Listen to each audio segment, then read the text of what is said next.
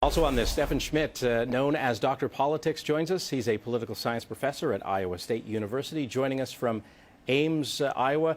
Doctor, how does what happens tonight affect the overall race? Well, this is huge. This is a tipping point.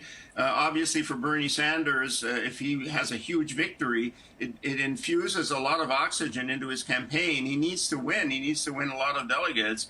And on the Republican side, as we've said, Donald Trump really should harvest those 95 GOP delegates in order to dispel the notion that he can't win and that it's going to go to essentially an open convention or a brokered convention. So New York is incredibly important.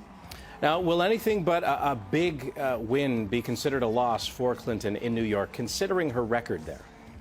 Well, that's true. I mean, she is living in New York. She was the senator from New York, and she does very well with minorities. So she has an advantage going in. But Bernie Sanders has had such incredible crowds, so much passion for him. And what we're all sitting, I mean, we're chewing our nails tonight, Scott, to see if all those people who turned out for all of Bernie Sanders events are actually going to go vote and give him a surprise tonight. We see when you have presidential elections that New York almost always goes for the Democratic side. How does that make things complicated for Donald Trump as he tries to build up more momentum?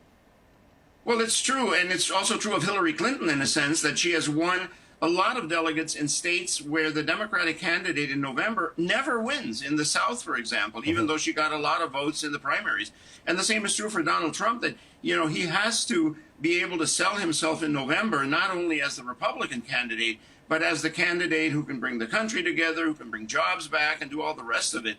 And, we're going to see, he's a great salesman. We're going to see if he can sell people in New York, if he gets the nomination, on the fact that he is the go-to guy in November to occupy the White House. And I know that John Kasich is still in this race. Is he pretty much in this, going for brokered, as in brokered convention?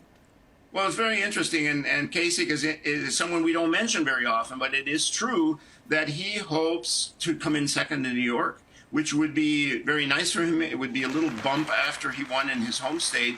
And yes, he does hope, Scott, as you said, to maybe if Trump and Cruz kind of get into each other's face and it's gridlocked and there's nobody who gets the number of delegates in the Republican convention, that the Republican establishment and delegates will say, well, Kasich is a nice guy. He can win. He's doing very well in polls in the general election, and maybe they'll pick him.